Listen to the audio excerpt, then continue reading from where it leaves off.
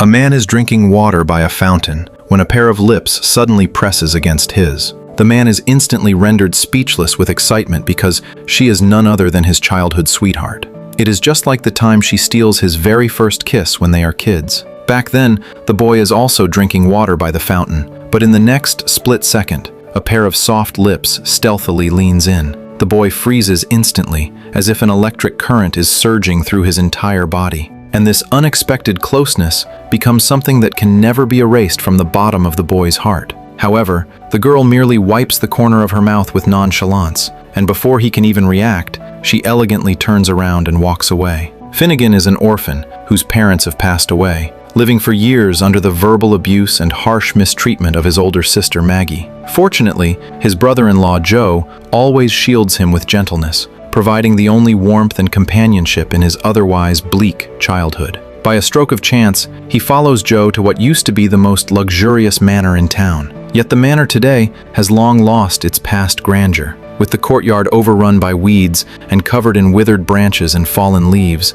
as if hiding countless, untold secrets. Finnegan sits alone by the pond, staring at the desolate scene before his eyes. Right at this moment, a little blonde, blue-eyed girl in a white dress suddenly bursts into his line of sight. Finnegan's gaze freezes instantly, for he has never seen such a beautiful girl, one who is as breathtaking as a living, breathing painting. But before he can even process it, the girl vanishes into the thick weeds like a woodland sprite. He originally assumes there will be no further intersection between them, but upon returning home, Maggie unexpectedly receives a phone call from the manor's mistress, Ms. Dinsmore. The woman invites Finnegan to come to the manor every weekend to keep her niece Estella company, promising a handsome reward in return. For Maggie, who has long grown numb to life, this is undoubtedly a massive windfall, so she agrees to it without a single shred of hesitation. The very next morning, Finnegan arrives at the manor as scheduled, and because of this, he finally sees the girl he is yearning for day and night. It turns out the girl is Estella, the manor mistress's niece, and her eyes carry a sense of arrogance and coldness that completely misaligns with her young age. Finnegan follows her into the cluttered and messy villa, where the rooms are filled with the suffocating scent of decaying flowers. Meanwhile, Estella's aunt, Ms. Dinsmore, is dancing frantically in the living room like a madwoman. She once is the wealthiest woman in the state, but ever since she is heartlessly abandoned by her husband, she completely loses her mind. She spends her days living inside her own world, using erratic behavior to mask the deep-seated sorrow and resentment in her heart. Without giving him a choice, she grabs Finnegan and starts dragging him into a dance. What are you doing in my bedroom, Finn? Finn, ma'am. I don't know. However, Finnegan would never guess in his wildest dreams that this will serve as a major foreshadowing of his ultimate tragedy. Ms. Dinsmore demands on the spot that Finnegan dance for her, but since he has absolutely no clue how to dance, he mentions that he is much better at drawing. Thus, Ms. Dinsmore deliberately calls Estella over and makes her serve as his art model. Seeing right through Finnegan's feelings for Estella, Ms. Dinsmore seizes the opportunity to test his intentions. What do you think of her? I think she's a snob. Anything else? I think she's real pretty. I think she doesn't like me. But you love her. She'll only break your heart, it's a fact. It's tragic, you're already in love with her. And even though I warn you, even though I guarantee you that the girl will only hurt you terribly, you'll still pursue her. Ms. Dinsmore knows better than anyone else that Estella is never gifted with the capacity to love, and Finnegan's current state is strikingly similar to how she is back then. Even knowing an abyss lies ahead, he will still charge forward without a second thought. Before long, Finnegan displays his raw talent on the rust-stained wallpaper, producing a piece with a unique style that leaves Ms. Dinsmore highly satisfied. Just like that, Finnegan becomes a frequent guest of honor at the manor. Yet he knows full well in his heart that he is never truly a guest, but merely a tool used for someone else's amusement. Later on, Estella leads Finnegan over to the fountain, where she leans down to drink from the gushing spring water. Watching the fragmented light filter through and refract onto her face, Finnegan's heart skips a serious beat. After returning home, Finnegan desperately wants to preserve this beautiful moment, so he sketches down exactly how Estella looks at that time. Maggie hopes that Finnegan can always maintain his passion for painting, but to everyone's absolute shock, right after that very night, Maggie packs up and leaves home without a sound, never to return again. Fortunately, Joe is a kind-hearted man, and he continues to raise Finnegan all on his own. From that point forward, the manor becomes the place Finnegan anticipates visiting the most every single weekend, because there, he gets to waltz with Estella, whose seductive charm and cunning gaze make Finnegan fall completely and helplessly under her spell. Even though Ms. Dinsmore once warns him that falling for Estella will only leave him broken-hearted, the deeply infatuated Finnegan continues to love her in a completely one-sided affair. Love is a toxic addiction that leaves a person powerless to resist, and once it takes hold, there is absolutely no stopping it. Time flies by quickly, and the two of them gradually grow up in each other's company. Yet Finnegan remains nothing more than a struggling painter, though his eyes now carry a bit more maturity, while his love for Estella remains entirely unchanged. Meanwhile, Estella blooms into an even more stunning beauty, her gaze still brimming with coldness and arrogance, like a thorny rose that makes people crave closeness while fearing the sting of her pricks. One day, Finnegan scores the rare opportunity to chauffeur Estella to a high society ball. He excitedly throws on an ill-fitting suit, desperately wanting to show off his most handsome side. However, because he lacks an official invitation to the ball, the security guards abruptly stop him outside the mansion. Finnegan can only wait out front in silence, but to his utter surprise, Estella actually walks out and leaves the ball halfway through. This marks the very first time Estella has ever stepped foot into Finnegan's home. The humble, cramped shack fills Finnegan with intense awkwardness, as he simultaneously hopes Estella can accept his reality while harboring an unspoken, deep-seated inferiority complex. But just as he suppresses the anxiety in his chest and prepares to confess his years of hidden affection, Estella once again acts true to form, turning around and walking away the moment she finishes plucking his heartstrings. Little does Finnegan know, however, that this particular departure will trigger a separation lasting for many long years. The following day, when Finnegan returns to the manor to look for Estella, he is bluntly informed that she has already set off for Paris. Right after that, Ms. Dinsmore takes Finnegan down to the seashore, opening up to him about her own tragic past. She once stands watch by this very beach every single day, waiting for the return of the husband who throws her away. Until all her anticipation warps into pure, agonizing despair, she still never manages to catch sight of that silhouette. Now, this bitter taste of abandonment finally comes around to find its way onto Finnegan. The one who is favored always operates without fear, recklessly squandering the deep devotion of others, while the one who falls in love first is destined to live humbly and devoutly within this unbalanced dynamic, failing to receive even a single word of goodbye in the end.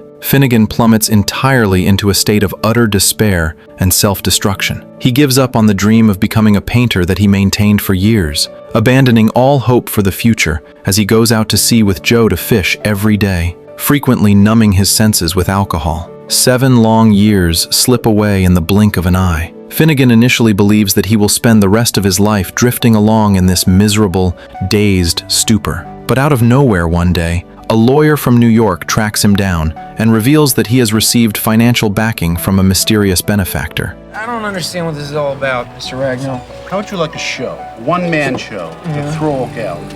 My client, Erica Thrall, wants to bring you to New York for a one-man show in her gallery.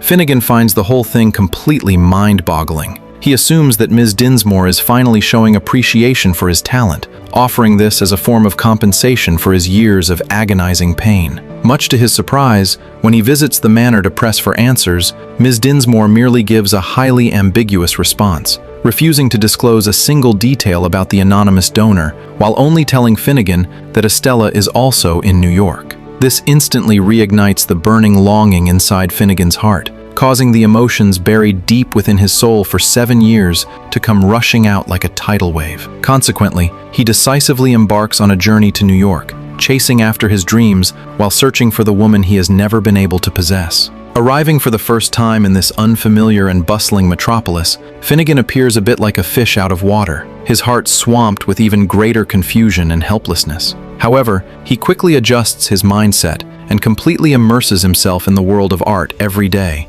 using his paintbrush to express his deep yearning and his realizations about life. His artistic skills grow increasingly masterful, and his painting style becomes exceptionally distinct. Yet, unexpected turns always catch a person completely off guard. On that fateful day, as Finnegan leans down to drink water from a park fountain, Estella sneaks up and kisses him just like they were kids. Having not seen her for 7 years, Estella has transformed into someone even more drop-dead gorgeous, making it impossible for Finnegan to suppress the intense excitement and joy flooding his heart. Wait, maybe we could... Listen, why don't you meet me tomorrow at the Borough Club around 6? I'm meeting some friends for drinks. At that very moment, all the resentment and grievances from before instantly vanish into thin air, and he even begins to look forward to this being a crucial step toward finally breaking into Estella's heart. So, Finnegan attends the party exactly as planned, and when Estella introduces him to the crowd, she boldly claims he is not only her very first love, but also a brilliantly gifted painter. A massive surge of joy washes over Finnegan's heart as he genuinely believes Estella has finally accepted his feelings. But just as Finnegan expresses his desire to keep painting her, What do you think, sweetheart? Well, do you charge by the inch or by the hour? What? How do you price your art? By like its size, like square footage, or by the time it takes to make the art? it turns out the man sitting next to Estella is actually her fiancé. To make matters worse, because Finnegan comes from the bottom of the social ladder, this fiancé, Walter, doesn't even bother to hide his contempt and openly mocks him in front of everyone. Finnegan is hit with the brutal reality all over again that two completely different worlds stand between him and Estella, making him realize that no matter how fast or hard he runs, he will never catch up to her footsteps, nor can he ever bridge the massive divide stretching between them. Yet, early the very next morning, Estella catches him off guard by barging straight into his room. Still rocking her signature arrogant attitude, she straight up demands that Finnegan paint her portrait. And just as Finnegan is getting his paintbrushes ready, Estella starts slowly and deliberately unbuttoning her shirt. The golden morning sunlight streams through the window frame and bathes her body, casting a soft, ethereal glow around her silhouette that makes her look absolutely drop-dead gorgeous.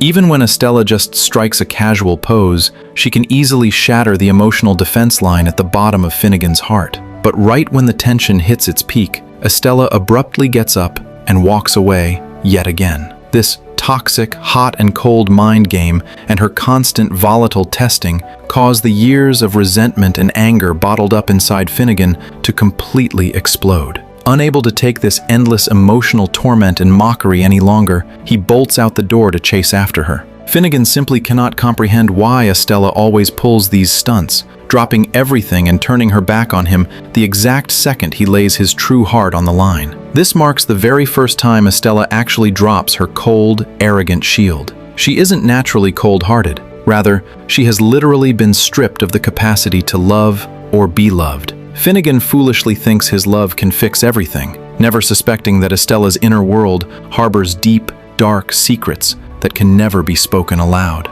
In the days that follow, Finnegan refuses to wallow in his heartbreak anymore, instead pouring every ounce of his blood, sweat, and tears into his artwork to gear up for an upcoming exhibition. This art gallery show is his absolute one-shot opportunity to prove his worth, serving as the make-or-break battle to escape his bleak past and completely rewrite his destiny. Perhaps only within the safe haven of his canvas can he temporarily tune out those deeply etched, agonizing pains. Perhaps only by climbing the social ladder step by step can he finally secure a solid foundation of confidence and radiant brilliance. But out of the blue one day, Estella asks Finnegan out for a meeting once again. They stroll side by side across a massive, stretching bridge while the setting sun casts long, dramatic shadows behind them, making them look exactly like a deeply infatuated couple. Finnegan completely loses himself in this rare moment of pure tenderness, temporarily forgetting every ounce of his past trauma and grievances. However, he never guesses in his wildest dreams that this sudden burst of pure happiness is destined to be short-lived. Walter asked me to marry him. Why are you telling me this? Congratulations. I wish you both the best of luck.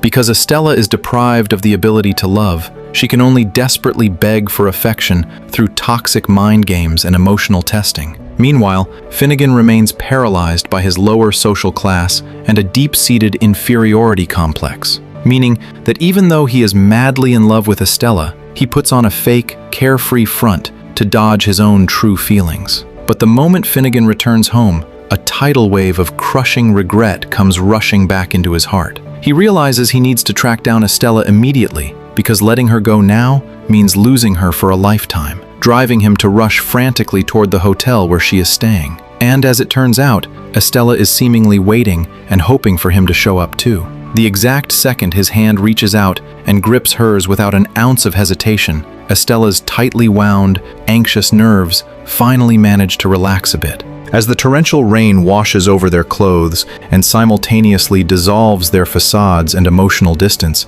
they share a deeply passionate kiss amidst the heavy curtain of rain. That night, the heavy storm washes away all prejudice and estrangement, delivering the ultimate happy ending for the two souls who are deeply infatuated with each other. However, the catch is that before they can officially be together, Estella must first call off her prearranged engagement. I have to go home for a week or so. I owe my aunt a visit. But you'll be back. For your show?